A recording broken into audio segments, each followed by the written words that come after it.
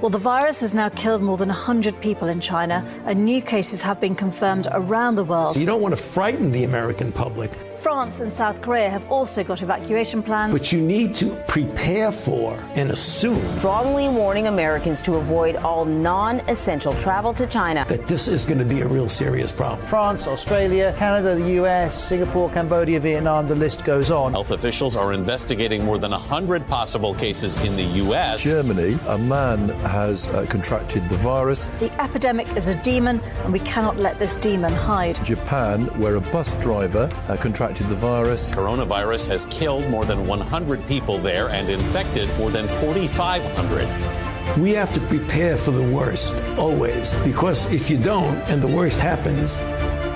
War Room Pandemic. Here's your host, Stephen K. Bannon.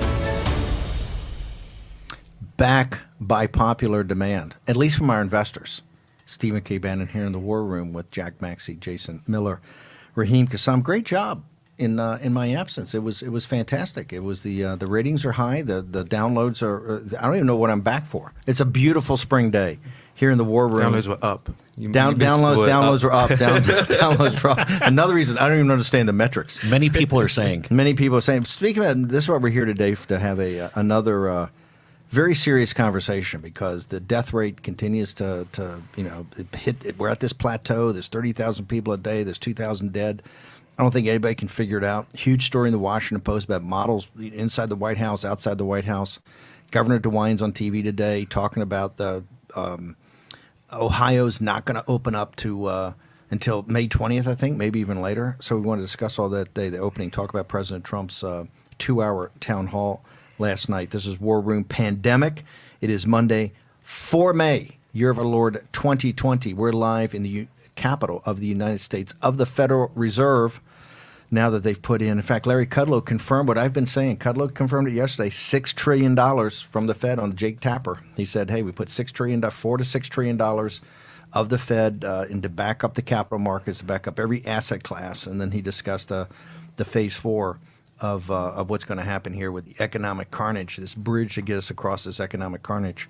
But I want to let's talk about where exactly I get a lot to go through today. We got Gianna Bianco from the American Bond Foundation. You're going to hear today for the first time about bonds sold by the Chinese government in 1912. Sun Yat-sen, when the Qing dynasty collapsed, Sun Yat-sen made a tour of the United States as the first president of the Republic of China, and they sold a ton of bonds in England and in the United States. And those bondholders, basic people, financial institutions, folks bought them to basically build infrastructure, particularly railroads, in China.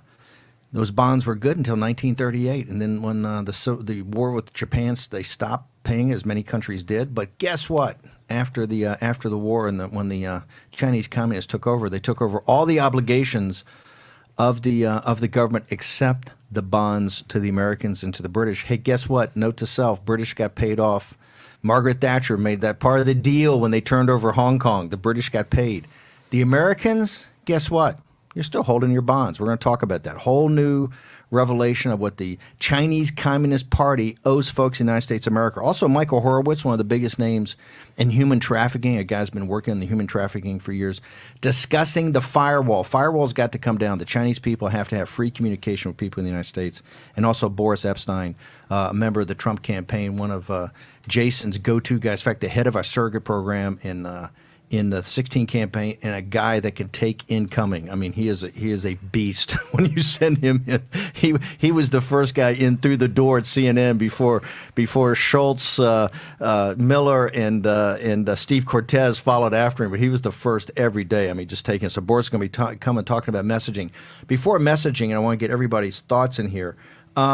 Where are we? We're supposed to be opening the company. The last night at the Lincoln Memorial, obviously incredibly dramatic setting. A lot of people in the Democrats say, is that appropriate to kind of politicize it like that?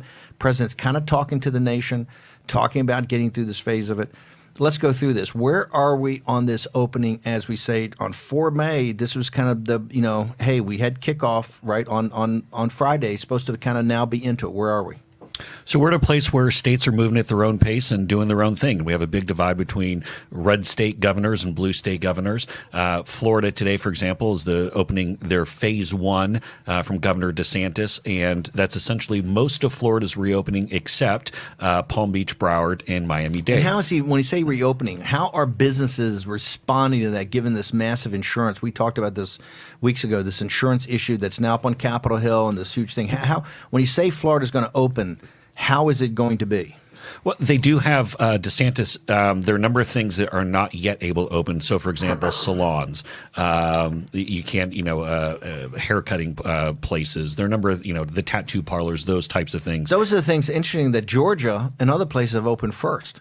He's decided to open those last, or is he letting those go first? Yeah, and look, this is a total sidebar, but Ron actually did an event, I think it was Friday or Saturday, actually at a hair salon did kind of a big thing with a whole bunch of people in that industry to explain like why you can't go and do it just yet. So he's actually, and again, that's a micro political and economic thing, but just shows a smart thing. It shows that he's really that he has his finger on the pulse and he gets it. But here's where we are. So you have everyone sees things from where they sit.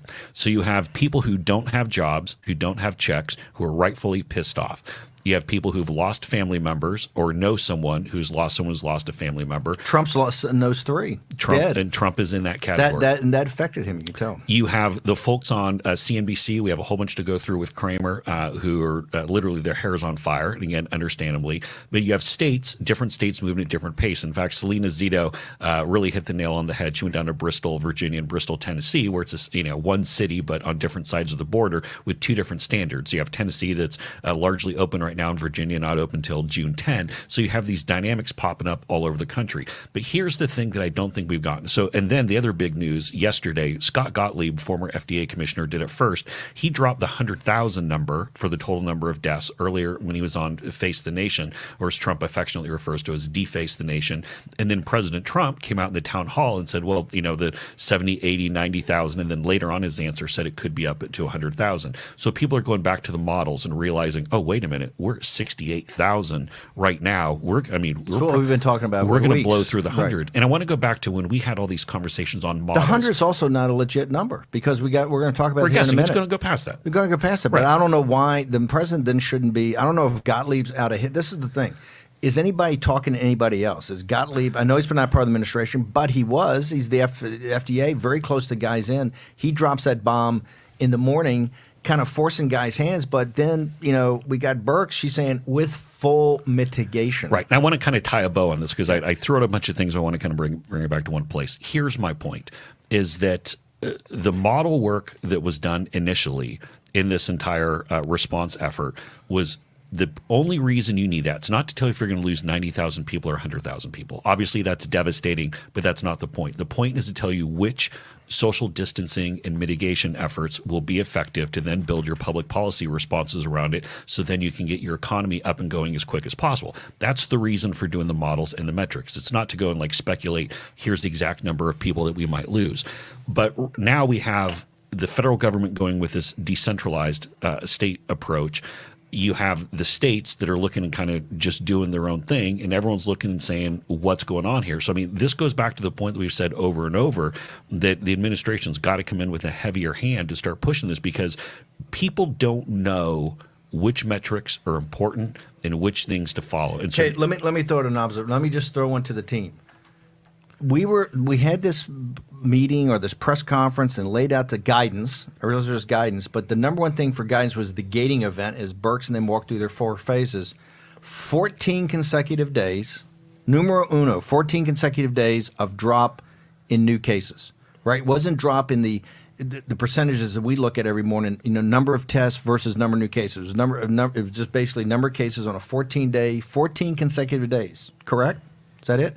Do any states in the union meet that criteria? No. And we're opening today. I understand that was just guidance, but does anybody even come close? I don't think so. As we look at it, how do you meet that if your testing's up? Well, but that's my point. That's why I would always take as the percentage. They put it out as the raw number, not the percentage of test to think. But nobody's close to. In fact, the reason DeWine, I think, has pushed this now to the 20th of May and maybe even to Memorial Day or beyond is Franklin County now has a hot zone, right? And you're going to see this, whether it's in Iowa, in these different places, you're going to have these hot zones pop up, right?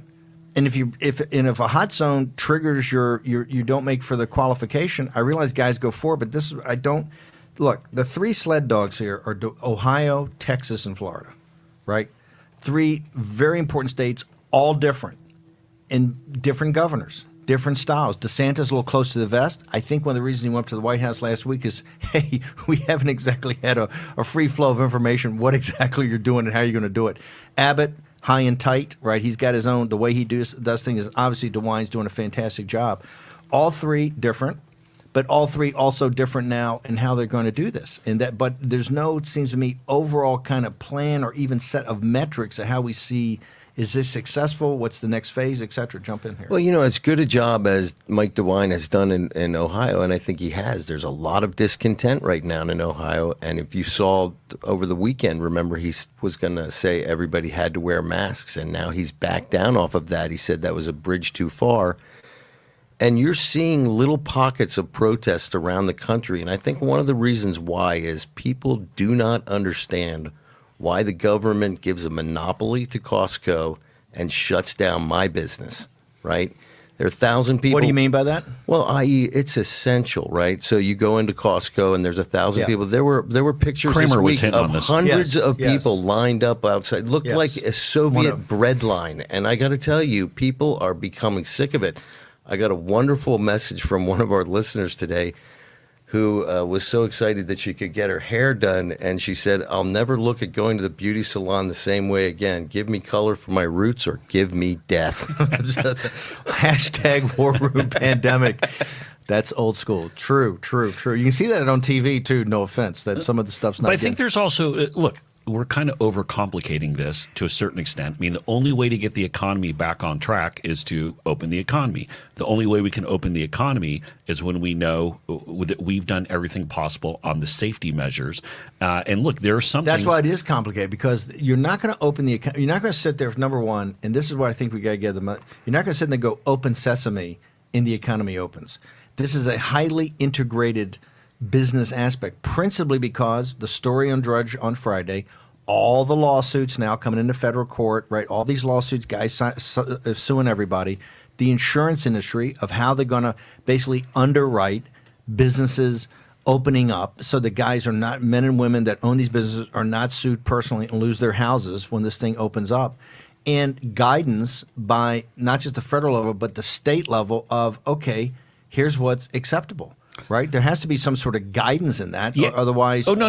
Totally agreed. I guess my point I'm saying is that so much of this has been built on the testing. Well, guess what? We're never going to have the testing do everyone every day because, again, you could get tested and be clear on Monday. But by the time you even get your results back a few days later, you could have come across someone and gotten the test. And you don't know about then antibodies are separate tests.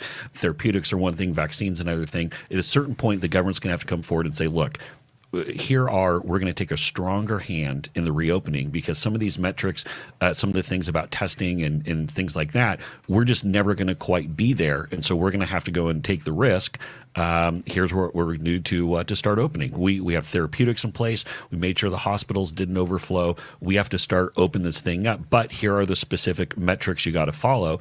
But in the absence of doing that, states are going we've got a lot more to go through. And I want to get to Kramer. I want to get to all the bombshells yesterday and this morning. We'll get it all. We got Boris next segment. I do want to say I'm just a simple guy. But I think you got to get the three metrics, and this has got to be your thing. Repeat. There's only three numbers that matter. The dead, the jobs, and the cash from the CCP, the Chinese Communist Party. Only thing that matters. Give me the number of dead, because that incorporates everything else. I want the number of jobs. You're going to be at 40 million unemployed before the end of this month. I want to know how many people are back at work. I don't want to hear about the stock market. Stock market is not relevant. The stock market is the present value of future earning streams, theoretically. We don't know that right now. It's so choppy. This thing is pure speculation. You're going to see this thing diving. It's going to go up and down, just like in they ought to look at, and Kudlow ought to start pulling all the data from from Black Thursday in 1929. Because then you can see the stock market bounces back, but it doesn't affect the deflation. Okay, we're going to get Jack some doctor help, and we're going to be right back in a second. Stay tuned to get a free pan from Granite Stone. Stuck on eggs, burnt on batter. You can scrub and scrape, but you can't escape the nightmare of your sticky pans. Introducing the Granite Stone Pan, the all-new durable non-stick pan. No butter or oil needed. Watch, we melted down these sticky candies in Granite Stone, and it just doesn't stick. We cooked a half a dozen eggs, bacon, cheese, and tomato breakfast with no butter or oil, and it just doesn't stick. Look, caramels, chocolate, and cheese. Unreal for any other pan, but not for Granite Stone. It just doesn't stick. Granite Stone will be the last pan you'll ever need because it's pressed from a solid aluminum disc for even heat conduction, then coated 3 times with our durable Granite Stone finish. Granite Stone is metal utensil safe and won't scratch. And talk about non-stick. This salmon cooked skin side down with no added butter or oil just doesn't stick. This steak is perfectly seared just like the pros. And because Granite Stone is oven rated to 500 degrees, we bake this upside down pan pizza to perfection, and it just doesn't stick.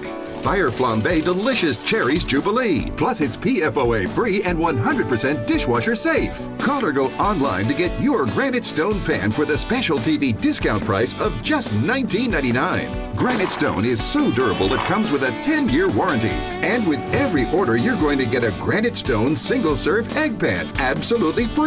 It's the perfect size for personalized eggs, omelets, or frittatas that slide right out. It makes the best bacon, egg, and cheese sandwich quick. Yours absolutely free. We'll even ship your entire order free. That's right, free shipping. You get it all, an incredible value. Here's how to order. To order, call 1-800-850-0237. That's 1-800-850-0237, or order online at buygranitestone.com. That's 1-800-850-0237. Call now. At touchofmodern.com, you'll find products that defy expectations for those who seek the extraordinary. Tents brave the Arctic. Coffee tables chill drinks. Rowers are powered by water. And that's just the beginning. Go to touchofmodern.com and venture through a curated collection of the highest quality in fashion, tech, and home, with new items added every day. Touchofmodern.com. Lead the pack. Be the first to discover all the novel and noteworthy products the world has to offer. This is Kate. Hey. She takes 2 prescriptions. Kate's son Jack takes 1 too. Kate works hard and thought she had good insurance. But she still pays too much. That's no good. So Kate downloaded the GoodRx app. Now she can compare prescription prices to find the best discounts. She even beats her insurance price. Good for you, Kate. Good for you. GoodRx. Stop paying too much for your prescriptions. Download the free app today. War Room Pandemic with Stephen K. Bannon. The epidemic is a demon, and we cannot let this demon hide. War Room Pandemic. Here's your host, Stephen K. Bannon. On the John Frederick Radio Network, on America's Voice.News, Dish Channel 219, on Newsmax TV, on FM 99.1, 103.9 in Chicago, and throughout the world, Nexus.org, IRRS. Later in the day, subtitled in Mandarin on G News and GTV. And folks, we're going to get to it later.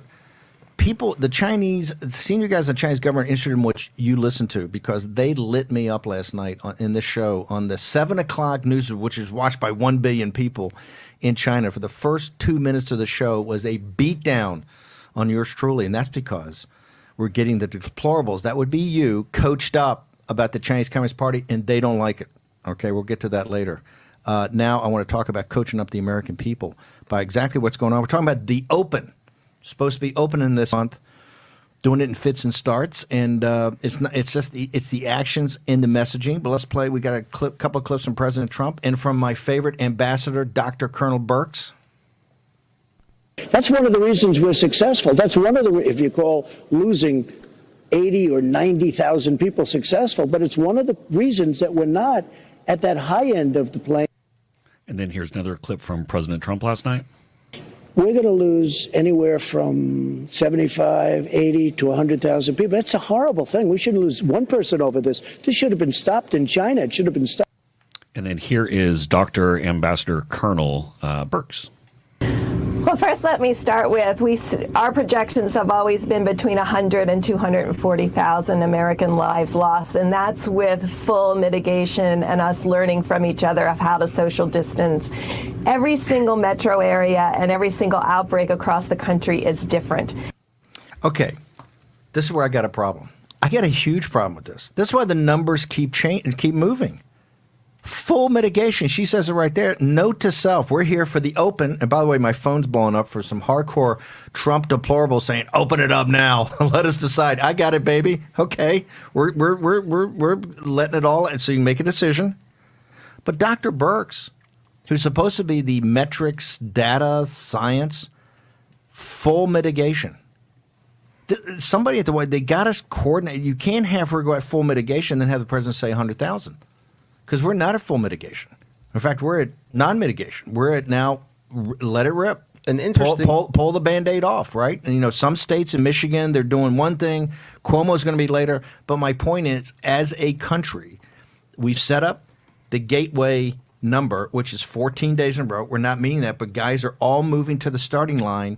So my point is, by June, by July, because August 4th is the end of the first wave, theoretically, still in the University of Washington, since we haven't seen a White House model, that's not full mitigation. That's no mitigation, right? You got some social distancing, but mitigation is back to the 30 days, their version of the flattening the curve, which is essentially some version of shelter in place. We're not going to be doing that. And so is that number, Dr. Colonel Ambassador Birx, 240,000, 500,000? I just like to see if without full mitigation, tell me what that number is.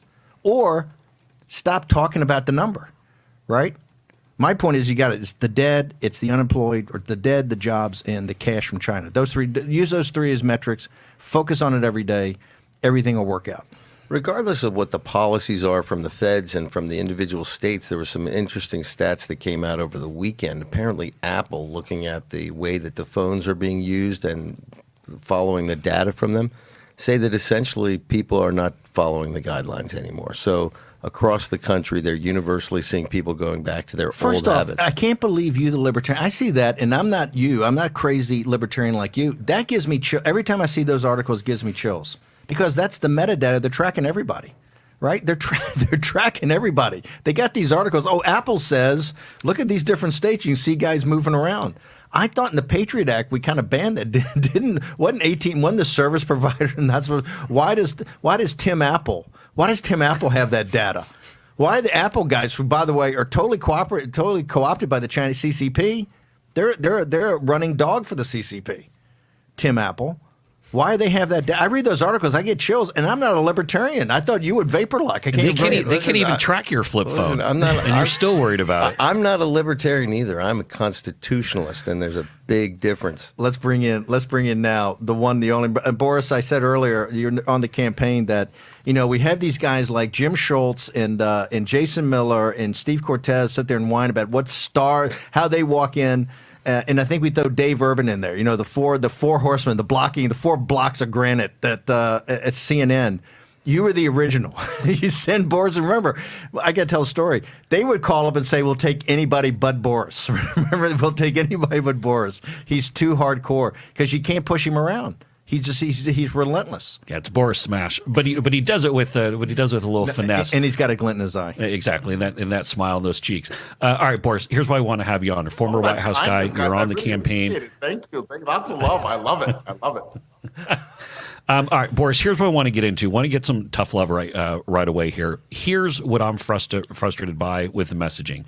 I feel like we're negotiating against ourselves. And I was talking about this in the A block. The fact that we're even debating right now is 80, 90, or 100,000 deaths. Look, that's the wrong thing that we're talking about. I mean, it's what we need to talk about is how do we go and safely open all these things. So we've seen all this. First of all, I want to get your take, Boris. How do you think the president did last night with the town hall? I think he crushed the town hall. I think that was a great setting. First of all, the visual was amazing, right? You've got the president there, and the physical separation from Martha McCallum and Brett Baer was actually a positive, right? It gave so much air to the setting. So I thought it was great. And then on substance, the president totally knocked it out of the park, talking about reopening the country, being very optimistic, but also very clear and direct and realistic with the American people. So I thought that overall was very strong. You're already seeing Democrats coming out and saying, wow, we're pretty worried. Okay, so he's realistic. Where did he come up with a vaccine before the end of the year? When every professional in the thing says it's going to be 2021. So where'd that come? If that's realism, tell me where it comes from. Well, what I'm seeing out there is that folks are saying that, first of all, the definition of what the vaccine is it a vaccine that's universal, 100%, it's going to work everywhere? Well, we don't really know the timing on that, but you're already seeing medical professionals, drug companies say that they're going to have versions of vaccine out there for testing, et cetera, starting this summer. So the president is setting a goal, and that's what he's supposed to do, right? I mean, you can't. What's he going to say? Hey, the vaccine's going to be here in 3 years, and good luck and buckle up. I'm playing devil's advocate, but do you want to underpromise and overperform, or you want to continue to essentially overpromise? Well, I think if he said the vaccine's going to be here and universally applicable in 3 months, that would be overpromising. But saying we are working toward a vaccine by the end of the year, I see no problem with that, because I actually do, from everything I've read, from all of the news out there, all the statements from drug companies, medical professionals, I don't think that's out of the question. I think that is realistic. And NIH's Kizzmekia Corbett, who we know we can no longer say anything nice about because she has a little bit of cray in her Twitter stuff. She said we're going to have it for emergency use this fall and then widespread after first of the year. Okay, so here's what I would like to see. This morning, it should have been flood the zone with guys, the Faucis and these guys on the talk shows, flood the zone, have a data report out that's saying, hey, here's what we're talking about, exactly what Boris said right there. Some limited use in the fall, testing, boom, boom, boom, boom, boom, and build that reality. So, Boris, we've said 50,000, 60,000. Last night you say 100,000. Is that a case of over-promising and underperforming? Here's the point. Constructive observations is to get the building blocks out there of outcomes that people can put hooks into. Boris just gave the most succinct answer I've heard yet to the vaccine. I'd like to see a flood the zone with that on every different aspect to say, hey, we don't have a pure, there's not a clear path here to a perfect vaccine, but here's what we're doing, right? Yeah, and Boris, take us inside the room. We've seen the president say in the administration, or at least behind the scenes, they want to shift this to the economic focus. Is that even doable as we're having the death counts go up to shift it to an economic? And how would you change the current briefing structure that's actually, it's kind of changing right now, but what would you have that look like if they want to make this push to the economy? I think it is doable, Jason. I think the way you shift it, and it's already been shifting, is because something that you said earlier on the show, American people wanted to shift. So you have to move effectively with the American people. We know that the death count is terrible. And as the president said, anything over 1 is horrible. But yes, it's moved up, and the president continuously gives the updated perspective of where it is. So when it was expected to be at 50, 60, he said 50, 60. Now, sadly, unfortunately, it's moved up. So you reflect that, but really the focus has to be on how do we move forward from there. Something else that I think is not being focused on enough is the death per 1 million number. We talk about these universal numbers, and then a lot of folks in the media, and you guys have talked about this a lot on the show, are taking the CCP numbers and saying, oh, of course China doesn't have the most deaths. Well, we all know that's nonsense. But if you look at deaths per 1 million, the UK, France, Italy, Belgium, Sweden, and others are way above where the United States is. And I think it's important for the American people to realize that no, we are not in the worst shape of the whole world, not even close. There are Western countries that are in a much worse position. So that's point A. Point B is, let's transition to talking about how America restarts, and let's look at the states that are doing it. Right now, you have about 30 states that either have restarted or are restarting. It's important to track what happens in those states, and important to focus on not just the health aspect of it, but the economic aspect. There are ways to track restaurant activity, ways to track shopping activity week to week, month to month. And I think that's important to talk about those and get people out. Boris, yeah. Boris, hang on. We want to bring you back for the next segment, too. Can you hang on for a second? We got to sell some commercials here and bring you back. Okay. Boris Epshteyn, formerly in the White House Communications Department and on the campaign and the transition, and one of the rocks of Gibraltar in the Trump movement. Hashtag war and pandemic. Want to hear all your thoughts about opening. What are your ideas? What the president should be doing? What he shouldn't be doing? What the governor should be doing? Want to hear all of it. Hashtag War Room Pandemic. Also go to @WarRoom2020, @WarRoomPandemic. We're going to be back in just a second as soon as we get that exit music sorted out. Thank you, Denver. You can play it anytime. There you go, baby. Okay. Be back in a moment with Boris Epstein. Brett Favre, legendary quarterback. Jerry Rice, legendary wide receiver. You ready for your weekly meeting? Yeah, we're ready. Let's do this. Let's stack the deck.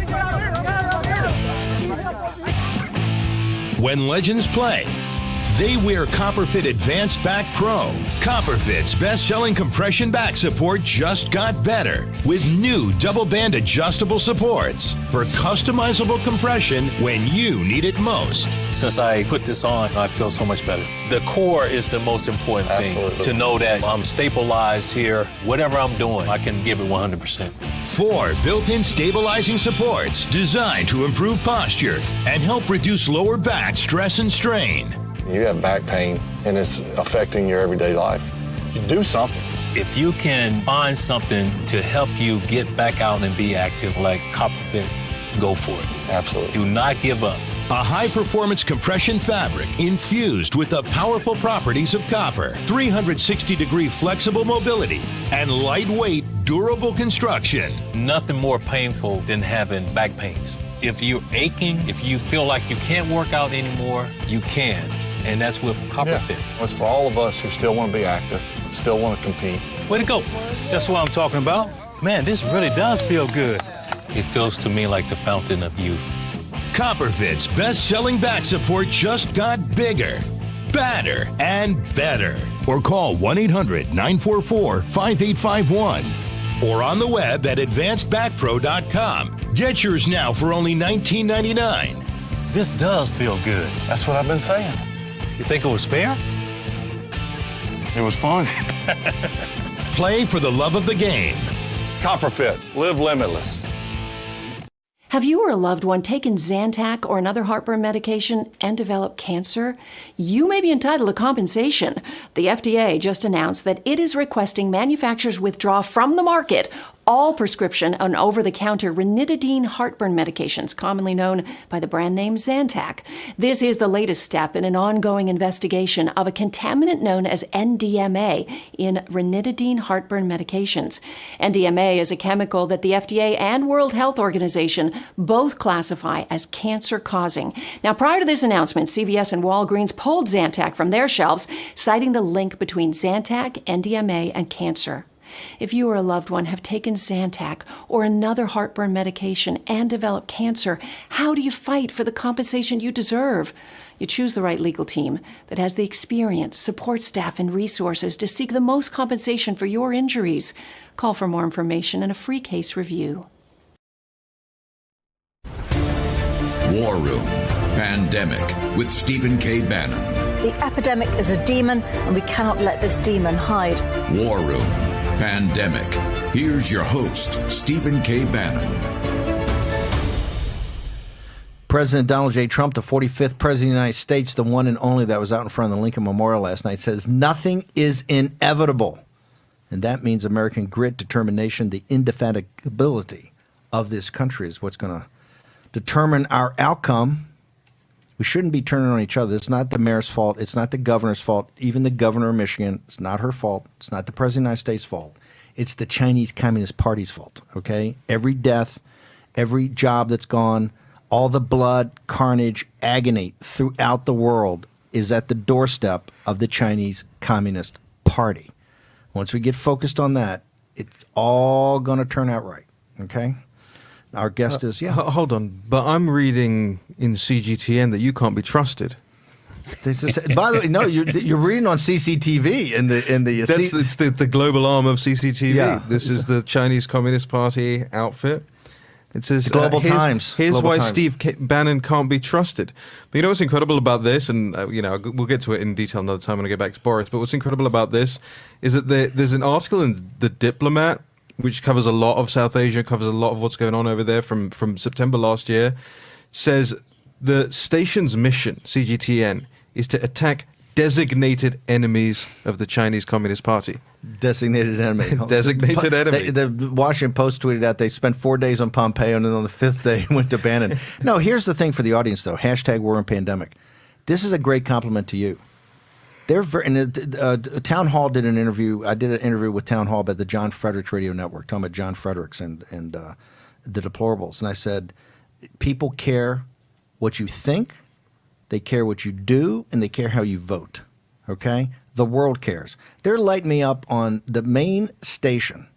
The BBC of China opens their broadcast last night with a 3-minute beatdown on Stephen K. Bannon. The Global Times, which is the New York Post, it's the People's Daily is the New York Times. Global Times is the New York Post, the tabloid, which has 10 times more traffic in China, as you can imagine, and throughout the world than the more staid paper, does another beatdown. Why? It's not about me. It's about you. They're very concerned about a woke America. Once the deplorables, same thing happened in the Revolution, same thing happened in the Civil War, same thing happened in World War II. Remember, we never declared war on Adolf Hitler. He declared war on us after 8 years of watching this. We're slow to anger, and we're slow to say we want to go to war, right? But when we roll hard, and they know that. And that's why they're going to try to take out every person that's out there giving you the information to make sure we have a woke America and about our elites.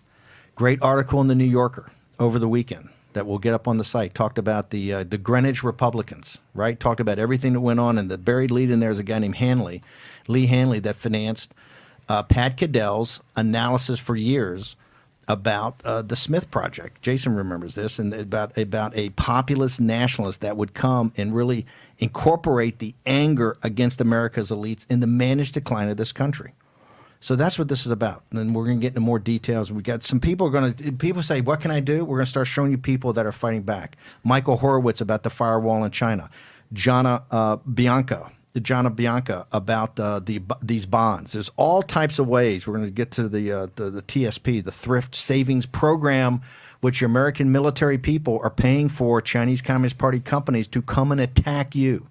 Yes, sir. I just want to read from the other CCTV report that came out. I mean, these things are all dropping within the same sort of 36 hours right now, and there's plenty of reason for it, right? But this one really tickled me. It's the conclusion to their article called "Bannon Leads Activists in Anti-China Charge," right? Here's the last paragraph. U.S. citizens should realize that if they become sidetracked by people like Bannon, they could lose control of their prevention and control work, throwing the country's future into turmoil. The biggest threat facing the U.S. is not the new virus, but rather right-wing populists who are intent on creating trouble with their strain of political virus. In the third week of January of 2017, we'll get Boris back in here in a second. 2017, 2 speeches given. Xi goes to Davos, gives a speech on globalization. Donald J. Trump, the 45th President of the United States, gives his inaugural address. His inaugural address is a defense of the Westphalian system, the nation state. Okay, Xi 2 days later, with the Financial Times and the Economist and all the Party of Davos guys singing high hosannas in the speech, he said the number one problem we have in the world, number one problem. This guy's got 3 million Uyghurs in concentration camps, got the Tibetan Buddhist crushed, got underground doing live organ harvesting of Falun Gong, crushing the underground Catholic Church. Number one problem in the world is the rise of populism and nationalism as personified by Boris Epstein, Jason Miller, Donald J. Trump. They're the bad guys. This is the problem. You, the audience, why they light me up for 1 billion people in China? It's because of you. It's because of the deplorables. They are scared to death. And here's the reason. Lao Beijing, old 100 names. You have your counterparts in China. Remember, the biggest enemy, the Chinese Communist Party, they keep saying the Chinese. They're trying to say it's not against the Chinese. The Chinese Communist Party, the Chinese people are the biggest victims. Lao Beijing are just the deplorables. And they're deathly afraid if they get woke, right, it's over. And that's when we get to the sunlit uplands, when we get past all this. But we got a lot of wood to chop and a lot of choppy water. It's going to, in a lot of cloudy days, we get a lot of, this is not going to be quick. It's going to be long and it's going to be hard. But it's time to saddle up. And with that, I'm going to turn it back over to the opening. Boris, you talk about deaths per million. I agree. This is the type of metrics I want to hear. Smart, tough people like you talking about that. But when you mention that metric, according to you and your analysis, I think in testing, we're the 10th country in the world in testing, according to your analysis? Well, the key, first of all, how you consider testing per 1 million people is tougher to determine because it is very difficult to know to a person how many folks were tested.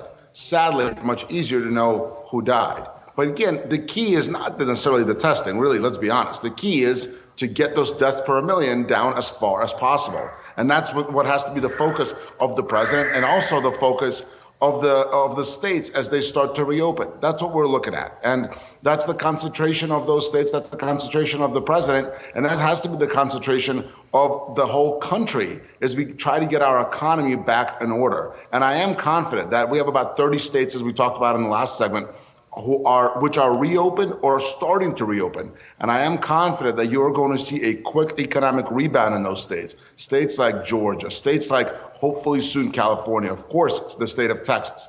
That is what we're looking at, and you have to track the economic recovery very closely.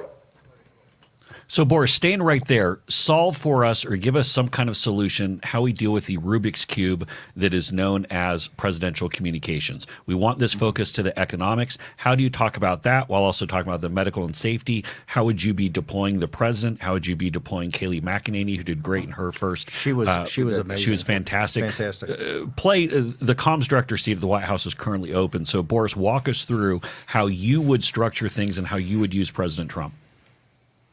Well, you've got so much ability, so much wherewithal. And if you remember from the campaign, one of the things I thought was most effective was when then candidate Trump went to Mexico and he met with the president of Mexico. He surprised his opponents, surprised his detractors, and that was a great news cycle for us, right? I think we all remember that very well. I think you do something similar here, and you start with this trip the president has to Arizona this week, and you go beyond that. And the president should be the face of the economic side of this. He should be the face of the economic reopening. That's how you keep him engaged. That's how you keep him connected with the American people. And you could tell from both the town hall last night and his Twitter account that that's where his focus is to get everyone healthy, and then, of course, 100% to get the economy reopened and to get it as strong as it was, if not stronger, as he says. So I think the president has to be the face of that economic reopening.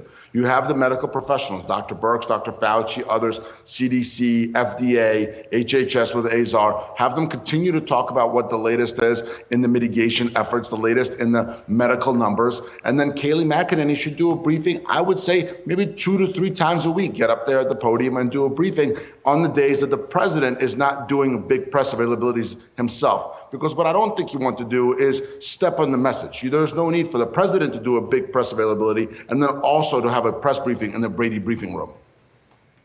No, I think that's spot on because it does put President Trump in a position to succeed. And I also think as an extension of that, look, when you talk about Birx and Fauci and Dr. Adams and anyone else you're going to bring in, have them look much more like the Cuomo style briefings where you got the charts, you got the numbers, you got the dais set up there where everyone's kind of in the row and they're doing their numbers and all this kind of stuff. Get President Trump away from that and get him to the focusing on the economics. I think that's really good insight. How do you wrangle? Physically? Go ahead. Physically, I would move that medical briefing probably over to HHS or maybe just to the EOB. You don't need to do that briefing, whether it's daily or every couple of days. You don't need to do that in the briefing room at the White House, on the medical side.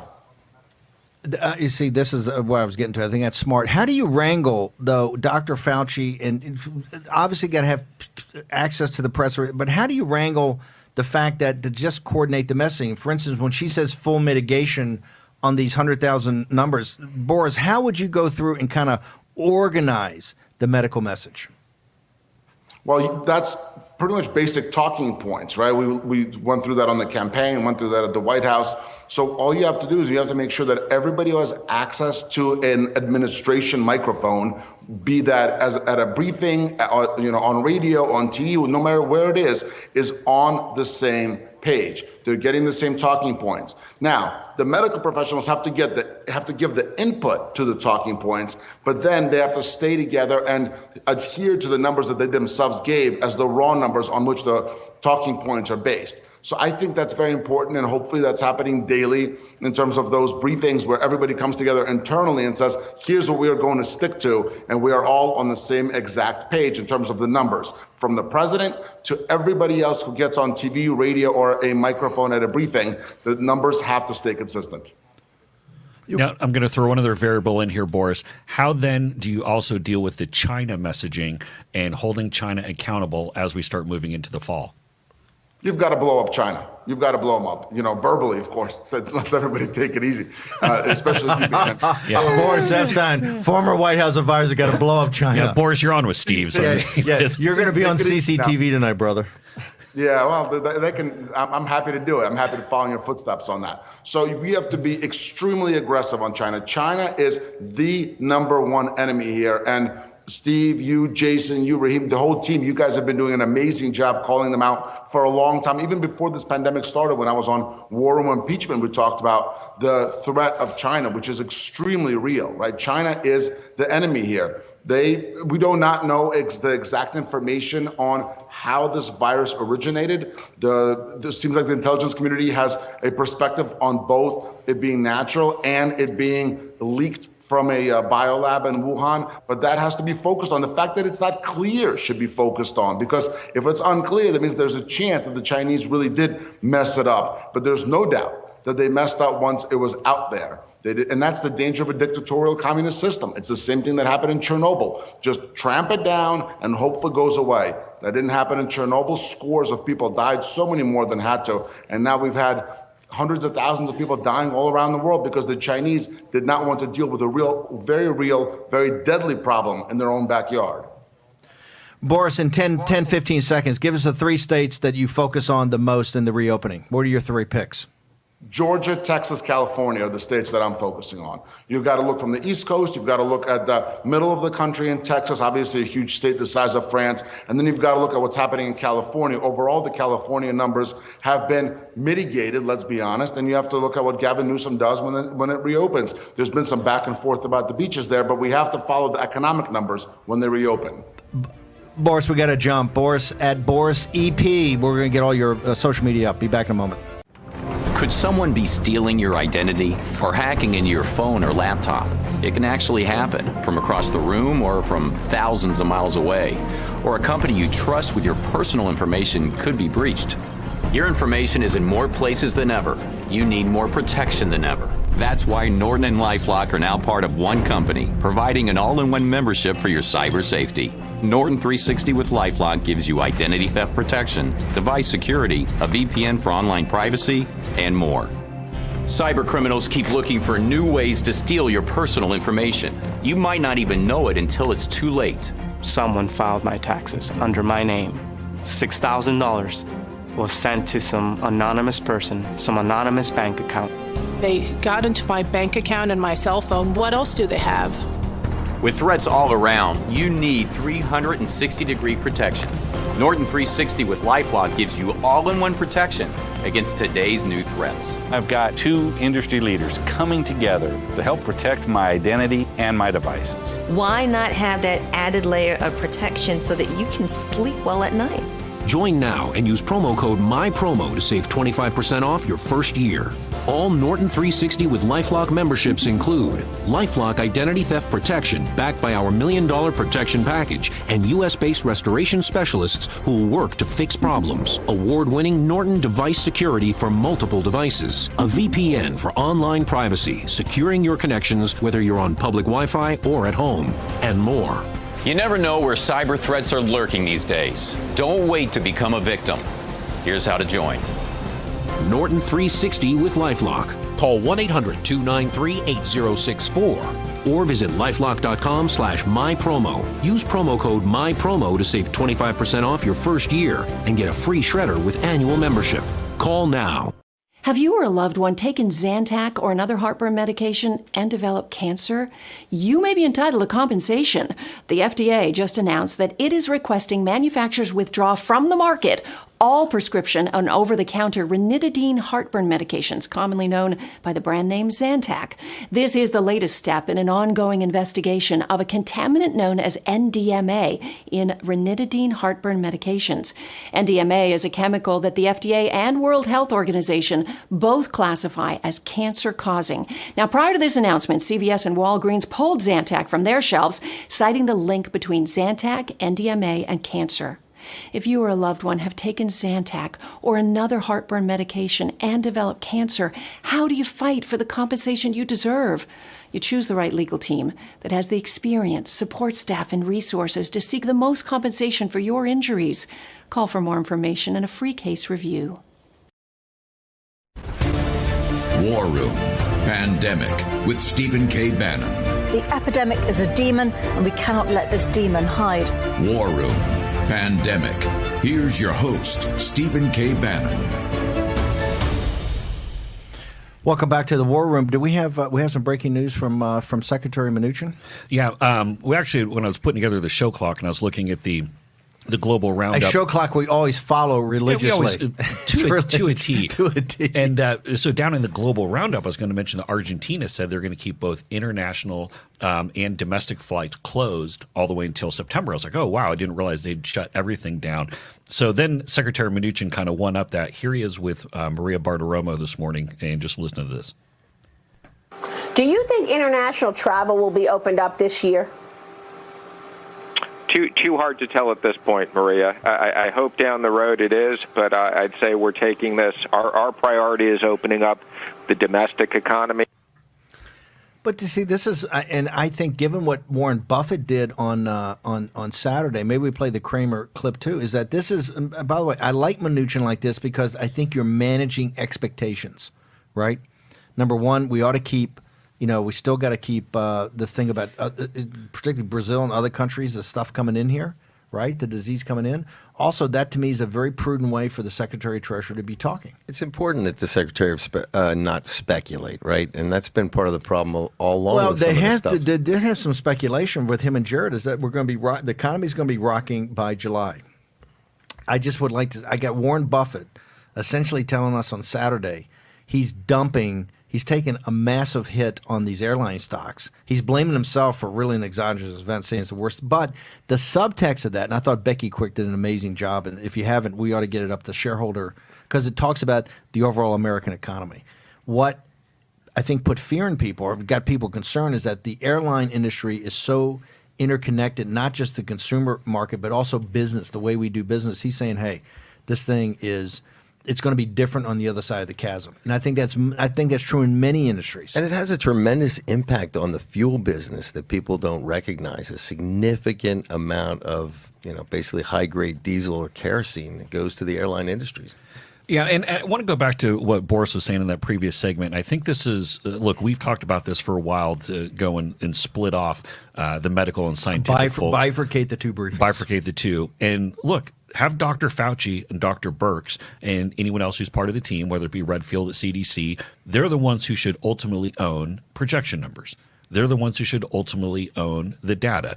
This isn't President Trump getting out there and just pulling some numbers out of a hat. It's the medical and scientific team who comes out there and says, here's where we're looking at things. Yep. Here's the projections. And again, the whole point of these numbers is to go and base public policy decisions for how we safely start to reopen or get people the care they need. But as we talk about the economy, Stephen, you'd actually flagged this morning. I want to get into this Kramer clip about the two different worlds. We got a couple different Kramer clips from this morning on CNBC. And I think that the president is so oriented toward its time, and the president is so adamant in his called shot that we'll have a vaccine by year end. I want to hear what David has to say about that. That there's an element of two different worlds here. There's the real world, which is influenced heavily by the president, saying, listen, let's open it up, and people want to do it. And then there's the stock world, which is heavily influenced by Warren Buffett, who says, look, I sold the airlines because that industry's fundamentally changed. It is the gulf between the financial world and the actual world, the biggest I've ever seen. Really kind of amazing. Now, what he's saying there is the difference between the stock markets and the markets, and part of that's a $6 trillion bazooka that's gone in to protect the asset classes, which is fine, right? We've got to make sure this is fair. You don't want to have a collapse right now of that. Then we've got problems that'll take us even more decades to work out of. But the real world being the world of jobs and of people. His thing about the culture of the vaccine, that's why I think if you had what Boris is talking about of the vaccine is the most succinct summary of what we're talking about. And this is, once again, goes back to the UV light. When the president talks about therapeutics or talks about vaccines, he should be, I think, saying, hey, we got a lot of irons in the fire. We got hundreds of irons in the fire on the therapeutic side. And some are going to work, and some are not going to work. Some are going to work partially, and some are going to work if you're walking on a ventilator and you want to boom hit you up on the IV. Some are going to work as prophylactics, and some are going to fail. But we're going to try a lot. Same on vaccines. But Boris's thing about how the vaccine, the step function of the vaccine, is today you should flood the zone with that coming out of the it's Fauci and these guys, and then people realize, hey, I understand what the called shot's about. Well, one thing the president said that I thought was pretty interesting, he was questioned, what are you going to do if another country develops the vaccine first? He said, hey, I'm going to congratulate them and we're going to try and use it. And that might be in reference to the fact that the Oxford study does seem to be pretty far ahead. They injected monkeys like 3 weeks ago. They have developed antibodies. I have a huge problem with this. I totally disagree with the President of the United States. If China, and we got it, this is this whole Lend-Lease thing we got going in the air bridge. No, we can't kowtow. People have to pull the camera back, okay? And I'm sorry if the stock market is going to go down. I was on CNBC the other day, and I said, hey, they are responsible for this. They're knowingly responsible. Forget whether it was out of their lab or not. They're knowingly responsible. They knew it was human-to-human transmission. They knew it was community spread, okay? Southampton University says 95% of all the agony would have been done. If they come up with the vaccine first, I think it's a major, major decision for the United States to take that because they clearly have been working on something behind the scenes, okay? We got to hold these guys accountable. They're at war with us. I understand that's uncomfortable. I understand that's what CCT doesn't like me talking about. They're at full information war, they're at full cyber war, and they're full economic war. And this is a perfect tee up to then when we come back after the top of the hour, here's former Congressman Mike Rogers talking to Jim Sciutto about who's winning the PR war. And why China is reacting so hard, Jim, is this really flies in the face of their three warfare plan. The first and foremost is controlling public opinion at home, let alone internationally. And they're kind of losing this fight. And I think you can see that it is driving them absolutely crazy. This is, and we're going to get back to this. Reuters has a massive breaking story about this topic. We're going to talk China and also the open. Remember, your open and what's happening in China are inextricably linked. Your life right now is controlled as much by Beijing as is controlled by your own household. And this is what the American people, this is called what you mean when you're woke. When you're woke is you understand that all of your pension fund, your job, the reason you're not watching baseball, the reason you're not going to church, the reason you're not having Ramadan, the reason you're not doing Passover, you're not at your temple, that you're not your college, that we're not arguing about the NFL draft and spring college football. You've got that look about you, Raheem. What? When he speaks, you cannot feel a human heart beating, but a ruthless geopolitical calculating machine humming. The latest is that from CCP? From the CCP about Stephen K. Bannon. Sounds like he talks to one of my ex-wives. Okay, we're going to take a short commercial break. We'll be back in a moment with Hour 2. War Room Pandemic. Stay tuned to get a free pan from Granite Stone. Stuck on eggs, burnt on batter. You can scrub and scrape, but you can't escape the nightmare of your sticky pans. Introducing the Granite Stone Pan, the all-new durable non-stick pan. No butter or oil needed. Watch, we melted down these sticky candies in Granite Stone, and it just doesn't stick. We cooked a half a dozen eggs, bacon, cheese, and tomato breakfast with no butter or oil, and it just doesn't stick. Look, caramels, chocolate, and cheese. Unreal for any other pan, but not for Granite Stone. It just doesn't stick. Granite Stone will be the last pan you'll ever need because it's pressed from a solid aluminum disc for even heat conduction, then coated 3 times with our durable Granite Stone finish. Granite Stone is metal utensil safe and won't scratch. And talk about non-stick. This salmon cooked skin side down with no added butter or oil just doesn't stick. This steak is perfectly seared just like the pros. And because Granite Stone is